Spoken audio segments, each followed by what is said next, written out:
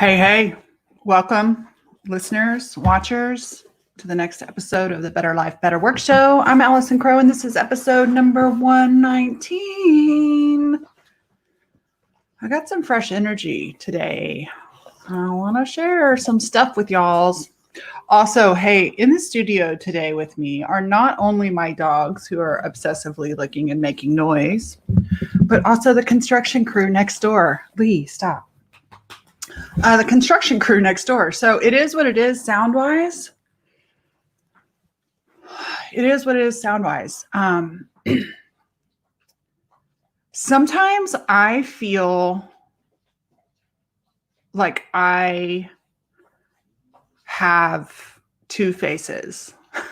I think really I have 300 faces. And I know that there is a lot of breathe, y'all, that has happened in 2020. Because for me, 2020 has required a lot of breathe, y'all. For many of you, it has required. Everybody handles stress a different way. And let me see how I put this. I came across an article this week that said, are you an ambitious leader or an authentic leader? And it only gave the choice of one or the other. And something hit, something narrowed down for me. This goes back to, so stick with me, right? This goes back to, because I think a lot of you are this way. And it's always an either or thing. It goes back to in my early professional years, like I'm in the middle of writing part of my story, and part of my story is that I never wanted to run a business. I never even wanted to work. I didn't know that I would love. I didn't know that I was ambitious. I know it's kind of crazy. I didn't know that I was ambitious. And when I unexpectedly got into real estate in 2003, everything shifted for me. And this whole new world opened up. And then I got into coaching, and I was surrounded by ambitious people. I was ambitious. I started learning about business and coaching and all these things. And I guess, I mean, if I'm honest, most of my life, my pendulum has swung. My pendulum swings. I am a woman of range. That's just all there is to it. I am a both and woman. And early on, in my success, so my early success came off the heels of an unexpected divorce. And that unexpected divorce was one of those things that as a young woman, I was ultimately afraid of. My ultimate fear came true. And owning and running a business has, well, not just that, y'all, living life, right? Like living life is also this journey for me of personal development, emotional healing, learning how to manage emotional. So it's personal and professional development. And I remember when I was in my early 30s and in the company, learning ambition and coaching from this company, there were so many things that felt good, but there were so many things that felt dismissive to emotion. They felt they felt incongruent with my spirituality. There's like a part of life that is hard and drive and go get 'em and positivity and mindset and push through. And then there is also this beautiful part of life that is compassion and tenderness and softness and learning how to process and meet emotions. It's a really big swing. It's a really big swing. And so as I got into the online world, like I know for me, as an athlete, even though I wanted to be a wife and a mom, I was an athlete in high school. And I loved the ambition and drive of being an athlete. I loved performance and getting better. I loved having something to go after.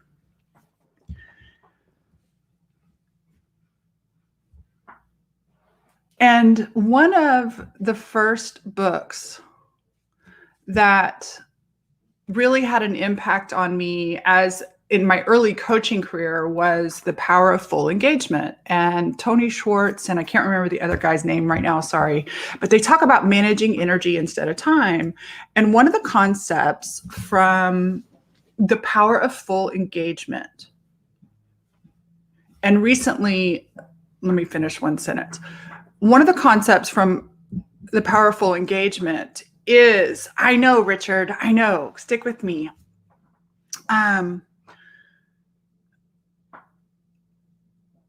Is to have full engagement, we must also have intentional and full disengagement. And they were talking about rest. And my colleague and friend Richard said, love and ambition are not mutually exclusive. And I agree so much. This is really what it's about. And it's not what was modeled for me. What was modeled for me was that ambition was this very narrow and straight line, and there was no time for a pause.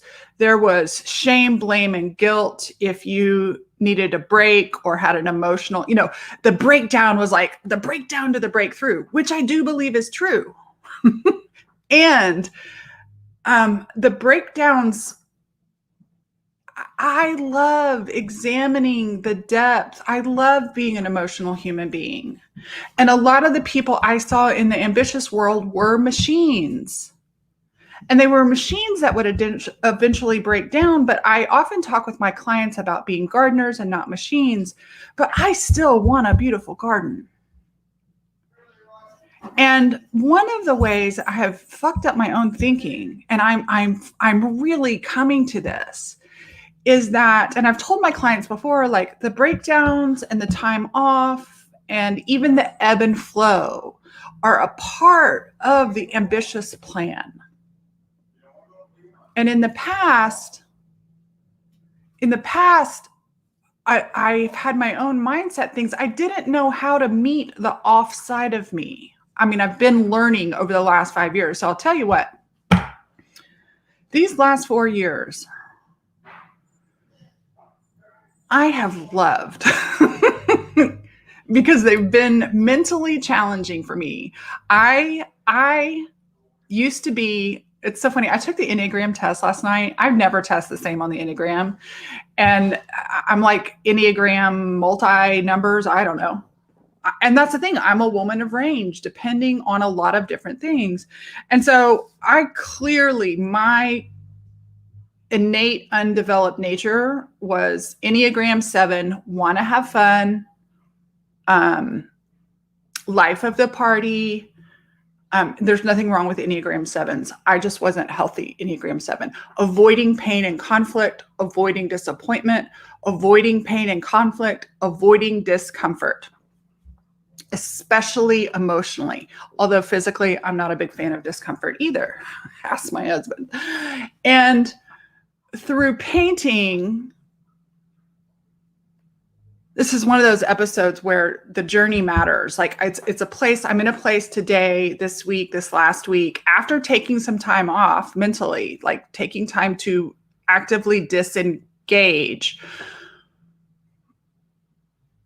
I'm connecting the dots, and the dots are showing me that the last 4 years, the last 5 years have been about learning to handle difficult emotions and not bypass them with positivity, not bypass them with my drive. Slow tango was to meet the moment. And what I love about combining the last 4 years of, while I might not have seemed like the outer happiest person, I actually am more genuinely happy than I've ever been because I am not bullshitting or manipulating. I am a glorious human being, and I think you are too, with a wide range of emotions and experiences. And it is okay for me to be wildly happy and ambitious and driven. And it is also okay for me to be tender and slow and soft. And for some reason, I felt like there was this, I am a highly sensitive person. I pick up a lot of other people's emotions. I have my own family lineage of clinical depression, of addiction, and I've been examining all those things because I love personal growth for as long as I can remember, at least from my 20s. I'll be 49 in a couple of months. My 40s were hard physically. My 40s were hard emotionally. My 40s fucking were amazing and they sucked. My 30s were all about drive and ambition, and I was oblivious to emotion. And I am learning how to cook in the kitchen of my life with new ingredients, and I'm really fucking excited about it. There is so much more flavor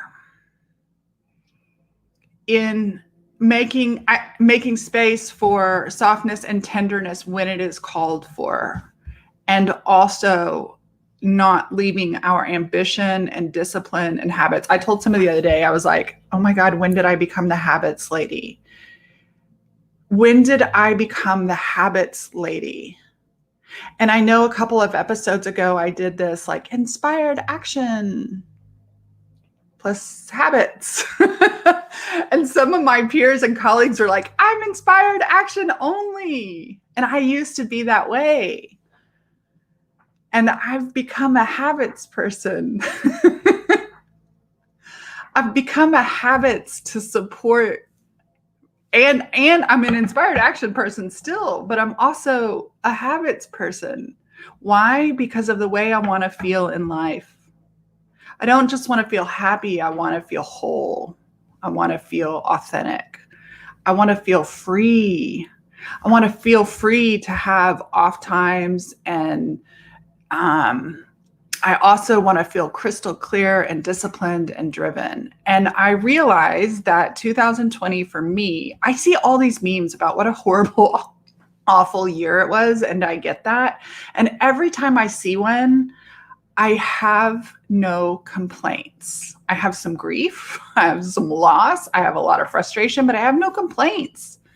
I have learned so much by being pressed in so many ways, by allowing myself to be pressed, by allowing myself to get caught up in drama, by allowing myself to focus on the wrong things, by allowing myself to feel.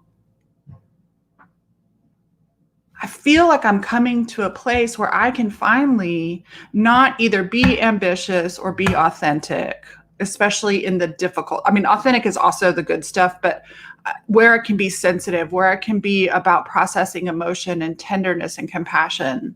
And sometimes I get feedback from my clients. It's interesting. Sometimes I get feedback from my clients because, people struggle through shit. And I don't do a lot of ass kicking in my coaching because there was a time when ass kicking was used to gloss over some really important stuff. And there is a time and place when I do ass kicking with my clients. One of my clients asked yesterday, don't I need to go back and figure out why? And I said, do you? Probably not. You already know why. She already knew why. And our brain sometimes wants to go in the story. But I also see grown-ass people who are dealing with trauma. And I have a colleague and friend named Rebecca Bass-Ching that's putting together this program for trauma-informed coaching. And I love the idea of that because I still want to be a performance coach, but I also want to be trauma-informed. And there is this range. And one of the things I know about being a performance coach, and my first coach title was productivity coach that was given to me by my company. Everything was about numbers and ambition. And I remember one of the early conversations about somebody whose results weren't quite the same as what they had always been. And someone said, is there anything going on in the rest of the world, in their whole life, that might have an impact? And for some people, when there are heavy times, they feel all the heaviness, and other people blast right through it. Who am I to say what's right and wrong? I just know I'm somebody that I tend to carry and take on the weight of the world at times. And I don't necessarily want to be somebody that blasts through it. I want to be somebody that's both and. I want to be somebody that rumbles with her shit. And I want to be somebody that rumbles with ambition. And so I don't think that you have to be either an ambitious leader or an authentic leader. Ambitious or authentic. I know that the authentic is totally overused. And early in my coaching career, I remember my wrist being slapped and kind of get in trouble and talked down to from my superiors for bringing some vulnerability to my coaching, and to not just my coaching, but to the stage as a successful coach. They did not like that I shared that I struggled with depression. And when I did share that I struggled with depression, sometimes circumstantial, sometimes clinical, and anxiety, which I've had a lot of anxiety this year, what I knew inside me that nobody was telling me outside was that I could actually be ambitious and successful and have some mental wellness health stuff, right? Like I could actually be somebody who struggles with depression, anxiety, and still has a wonderful, functioning, beautiful, ambitious, surviving, thriving life.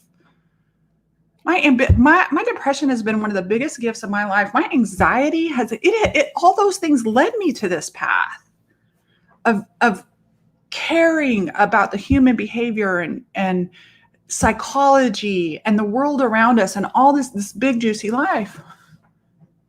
And I never knew that I wanted to start a business. And sometimes when my emotions get really heavy, the scale kind of resets, and I forget that I'm ambitious because it's requiring a lot of energy to meet. And for me this year, navigating the stress, what's so funny, it's like I don't feel like I had a stressful year. This is the first year I'm not worried about my business an iota because of all the years I've been ambitious. And I just nurtured myself. I nurtured my clients. People are struggling. Some people are alone. And I have nurtured that. And I'm ambitious, and my clients are ambitious too. And so I wrote down these words the other day on this I was just using art to pull up some of my things. Self-trust is one of the things I want to teach my clients. I want to teach authentic expression. I want to teach creative action. I want to teach inspired action. I also want to teach disciplined, habitual action. I am heart-centered. I will not be heart-centered, but I am also powerful. I want to honor energy. I want to teach my clients to truly meet emotions. And I also want them to think and be courageous in their life, in their person, and in their fucking businesses. I think more heart-centered people need to be making money. And my coach and I had a conversation this week. I shared some meme I thought with her, and I get what she is saying. Man, there is a comfort in the tender spots of life. Like in compassion. I love compassion. My book writing coach always talks about the compassionate mind. And what I'm finding is that the more compassion I give myself, the more my ambition comes back to life. When I know how to meet tender emotion and difficulty with compassion, instead of escaping, instead of drama, instead of too soft, right? Like for me, if I enable it, it's different than meeting it with compassion.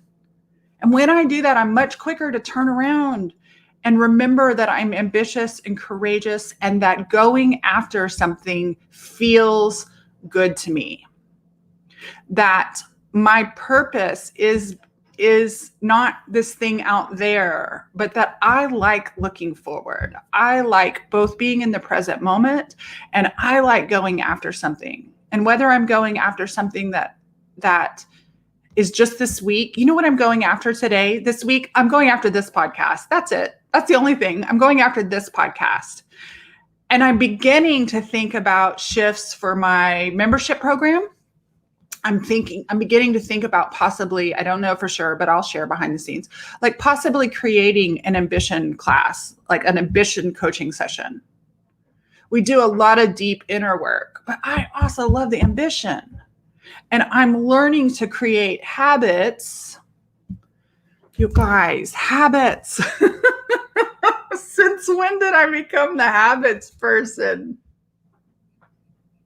I'm like the wild and, this is the thing. It's like, is it possible to be that wild and creative brain and also have habits? And it is. And I let myself box myself. I'm either wild and creative or I'm disciplined and habitual. And the reality is I've been cultivating both and.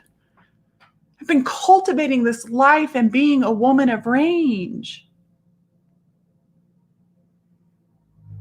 And I don't want to apologize for being extra emotional this year, because it helped me see how I might have stepped away from my ambition a little bit.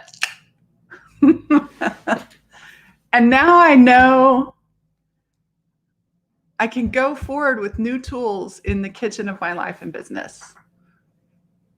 I know from the onset before I ever start, that life is both awesome and shit. I plan for the idea that business is both awesome and shit. And I plan and have habits around supporting the shit while keeping going with the direction. And in the past, I have bought the them or us. I have bought that we're either heart-centered and blah, blah, blah, blah, blah, law of attraction, which I love. But you guys, I love the law of action too. Abby Wambach remind me of that word, ambition. And she reminded me of who I was when I was 16, 17, 18 years old as a basketball player. I was ambitious as fuck as a basketball player. I was determined. I had something to go after. I was on a team. And I was nice to myself. And so the next year for me, what slow tango, it has been a year of open heart, slow tango, big profit. What slow tango taught me this year, 2020, slow tango gave me the capacity to meet everything that came my way. And I intend to continue to slow tango with clear ambition. Open heart. You know what open heart showed me? Open heart showed me two things. One, this year, my open heart required me to meet a lot of difficult emotions so that I could hold space for my clients. I got some feedback. I asked if there was any part of my program that should be dumped, and someone said the whining. And I haven't asked her to clarify. I don't know if she's talking about me or other clients. And then I realized it doesn't really matter. I don't have a problem when people whine. Maybe sometimes we need to whine. The reason I don't have a problem with it is because I meet my own whining. And when I meet my whining, then I'm able to go. Meet and go, meet and go, meet and go. Authentic and ambitious, authentic and ambitious, human and ambitious. And in the past, I've always made up this story that most of the, and maybe it's true, I don't know. In my experience, a lot of ambitious people that I admire their ambition, I admire their creations, I felt like they weren't inhuman. I didn't see their humanness. Maybe they hide it from the rest of the world. And I decided back in the early 2000s as a coach, when someone told me I would never have shared that on the stage, I said, I'm going to be a different kind of leader. I want to be a kind of leader that I don't want to lead from the tip of the iceberg, right? Y'all have all seen that iceberg analogy. There's the iceberg analogy. I don't want to just show that. I'm tired of that. I'm tired of, it's like we can see that and we can know that, but because it's not drilled into our head, we can get into comparison. So I actually want to normalize stuff that might not be so great. Talking with a client yesterday, she said, I've been more comfortable. She said, I do my morning habits and rituals and get ready for the day. And then when it's time to get into sales, I want to stay in my comfort bubble. And because she sees the discomfort as negative, this is what I talk about meeting emotions. This is what authenticity is to me. Okay, you're uncomfortable. That's awesome. It happened to me last week, or actually I realized this week. Last week, I was at the end of my energy. And so I took some time off. I served my clients and I was indulgent in rest. I was intentional, indulgent in rest. And what it did is it brought clarity. And my client who doesn't want to feel discomfort. Let me get my thoughts together here for a second. Just got distracted by stuff going on in my house. Please don't come lick me, Leroy. Stop.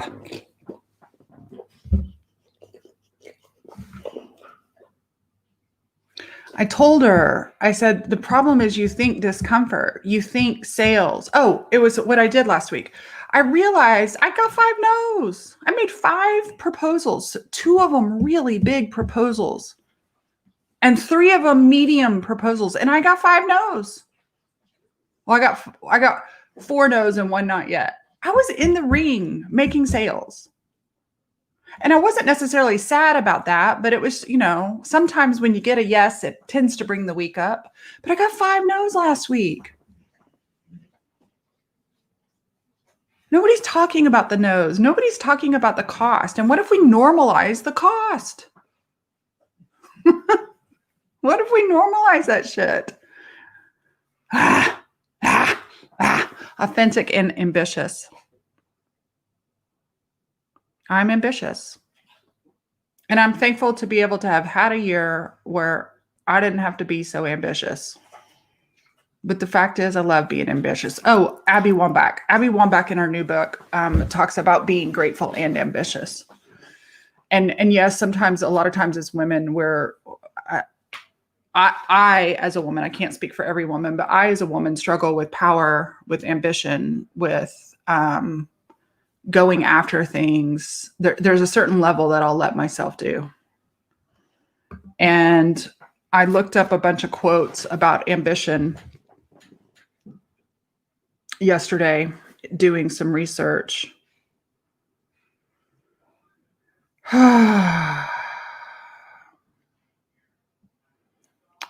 Some of them are really fun and inspiring, and some of them, like, I notice where I have my own limiting beliefs. I'm tough. I'm ambitious. I know exactly what I want. If that makes me a bitch, okay, that's Madonna. And I think those of us who are heart-centered, we don't want to be a bitch to anybody, right? And then there are other people like, I'm fine with people calling me a bitch. I've had to learn how to meet my fear of people pleasing, my fear of disappointing others with my ambition. Another one was by Beyonce. Let me see if it's up here at the top. Power is not given to you. You have to take it.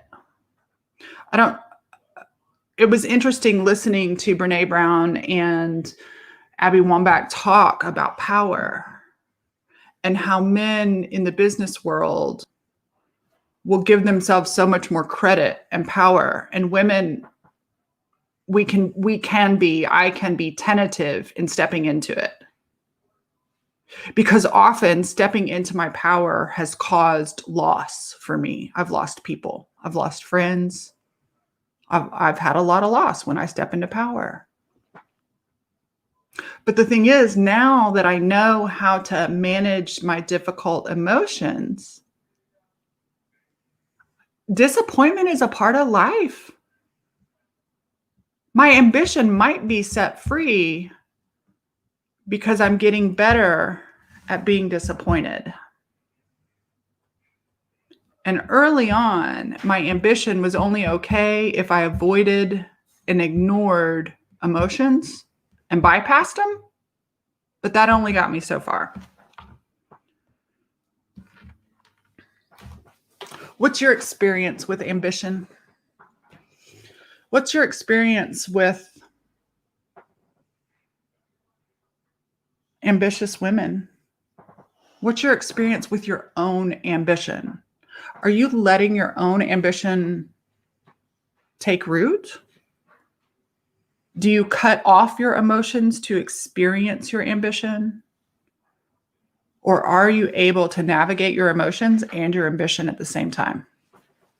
How do you feel about other people's ambitions? It was fun. There was some stuff that showed up in my week, in my feed, and I was just like, man, one of my friends, I'm going to shout out to Shamika Tankerson. Shamika has an event. And I know that one of the things I've lost this year is this personal, I miss being on stage. I miss being in the room with my people. And I turned one of my live events, I did a virtual event to it. But you know what Shamika did? Shamika took what is her live event that she does in a hotel. She did not do it from Zoom. Her people were on Zoom, but Shamika took her sales event and got a team and did a COVID safe in the hotel from the stage. She still went to the stage. And one of the things I've talked about with my clients, and my husband and I laugh, when COVID hit, there were certain restaurants, like the day COVID hit, that restaurant shut down. They didn't even try.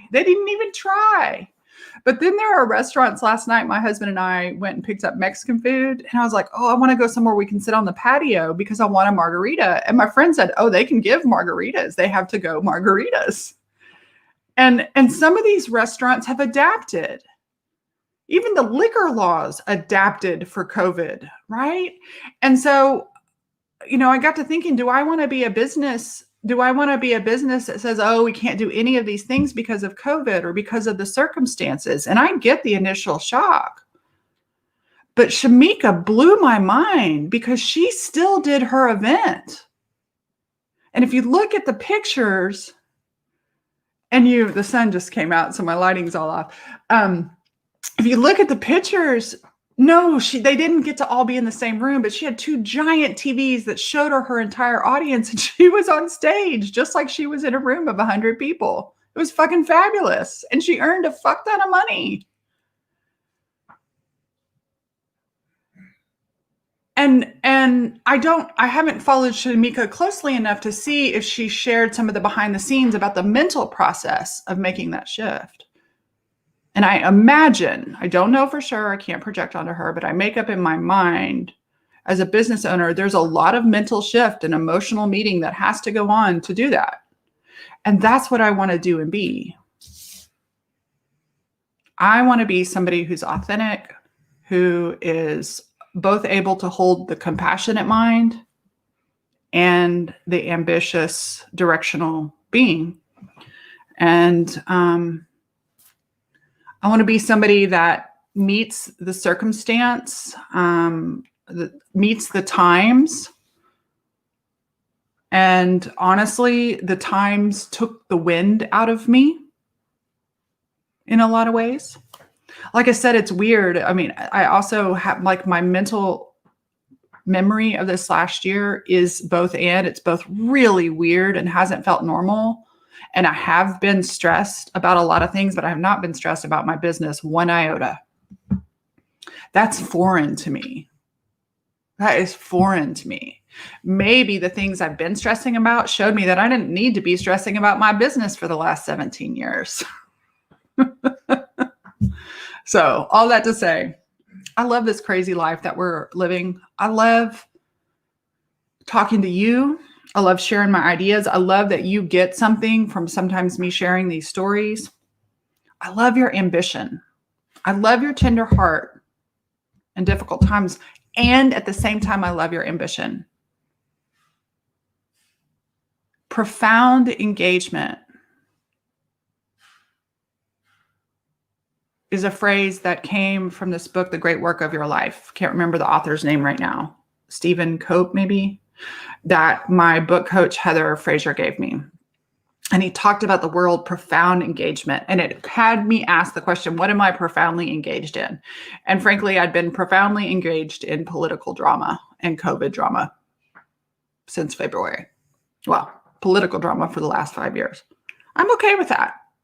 I don't have any regrets. I wouldn't change a thing. But I am asking, what do I want to be profoundly engaged in? I want to be more profoundly engaged in coaching, in my business, in my clients, in my husband and my family. I don't want to be profoundly engaged in drama. I just don't. It doesn't mean I won't experience drama. It doesn't mean I won't still advocate for the things that I want to advocate. I just want to drop in with intention. And so to have profound engagement, I also have to have the compassion and the profound disengagement and rest, both and. Slow tangle and a little bit of hustle. I think it's possible. I think it's totally possible to be authentic and heart-centered and ambitious as fuck. I'm bringing ambition to Solis. I'm intentionally bringing a little bit more ambition to Solis. Solis is my coaching program, my coaching membership. It's not a program. It's not a program. It's a membership. It's a community, really. It's a community. That's the biggest thing people stay for, is the community. We have business calls on Mondays, and we have life calls on Thursdays. This year, I just really streamlined things for the nervous system. There's so much stimulation, so I just made things really repetitive. Mondays and Thursdays and Mondays and Thursdays. I've had experts come in. The first couple of years, I taught a lot of, launch business classes. My people are mostly growth and achievement these days. I have a whole series of stuff for people who are in launch, but I might not be the best person for somebody just starting their business, unless you want to run with the people who are ahead of you and catch up. But if you need hand holding, it's not the place for you. But I'm thinking about adding something to we do a lot of deep coaching around life and business. We do some strategy around business. And I'm thinking of adding a regular feature to this program specifically around ambition. That is more productivity sales coach. That, we have space for the deep inner work, but that is more about the doing. Because somewhere along the way, I forgot that I love both being grateful and ambitious. Thank you, Abby Wambach, for those words. I listened to that podcast twice on, it's the Brene Brown, Dare to Lead, and Abby Wambach. It was just the right time to help me remember that I actually am ambitious, and maybe you are too. Shake the dust off, recenter, reset. Let's figure it out. Let's go into 2021, both meeting our tender and overwhelmed and stressed hearts. And let's also get our spark back, shake our booty, and move in the direction. Success, I was reminded a couple of months ago, I know exactly where I was. It's so funny when you hear these things. Like, I was listening to NPR on the radio, and The definition of success is progress towards a worthy goal. And just like my client yesterday, she thinks that success is getting the goal or comfort. Getting the goal is comforting. No, success is the progress towards a worthy goal. I'm a process person because there are process people and results people. I'm also a results person, but I am process so that we get results. That's what I got for you today. Thank you for spending time. Let me know what you think. I'd love your feedback. I'd love it if you would go rate this. I know some of you are watching this live, but if you want to go give me a rating on iTunes for the Better Life, Better Work show. I don't know, today, I'm not going to make any decisions right now, but today I'm thinking of changing it to the Authentic and Ambitious show with Allison. I don't know. We'll see. It's all good. I want to remember that I'm both authentic and ambitious. I want you to remember that, yes, you are authentic. You are human. You are heart-centered, but you are also ambitious as fuck.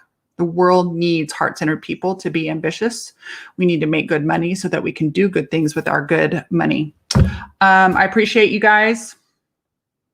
Oh, and coachwithallison.com to get on the wait list for the next opening of Soli's. Soli's will open on the day after Christmas, December 26th. On Boxing Day, the doors will open for Soulful Success the day after Christmas. Coachwithallison.com, you can get on the wait list. If you're on my email list, you'll get some things about it. You'll see about it, but I would love to add you. If you are both authentic and ambitious, I would love to have you as a member of my community. And if you want more than community and you want to be in a high-level mastermind with other high-achieving six-figure business owners, reach out to me personally. I'm cultivating a wait list for that. I do not have a sales page for that, but I do have a high-end mastermind called Spark and Hustle.